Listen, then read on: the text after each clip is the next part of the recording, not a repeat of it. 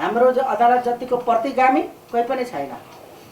7 सालमा प्राप्त भएको अधिकार 17 सालमा चाहिँ सेनाको पनि परमाधिपति भएका कारणले 2/3 को बिपी कोइरालाको सरकारलाई तत्कालीन निरङ्कुश राजा महेन्द्रले कु गरेका थिए। अहिले आइपुग्दाखेरि मैले देखिराखेको छु अदालत प्रतिगामी कदममा गएको छ। अहिले यही समितिबाट समावेशी संविधानले व्यवस्था गरेको समानुपातिक समावेशिताको लागू गर भन्ने कुराको चाहिँ केही नगरिकन लोकसेवा अगाडि बढाऊ भन्ने अदालत अर्को ढङ्गको 17 साल हो।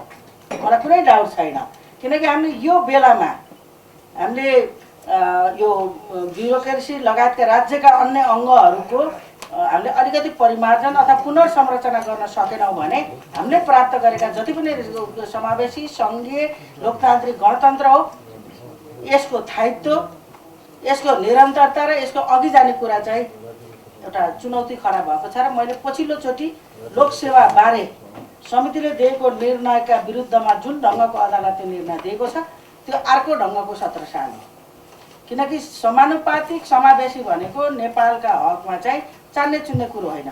लोकतन्त्र त धेरै देशमा छ, गणतन्त्र त धेरै देशमा छ, सङ्घीयता त धेरै देशमा छ।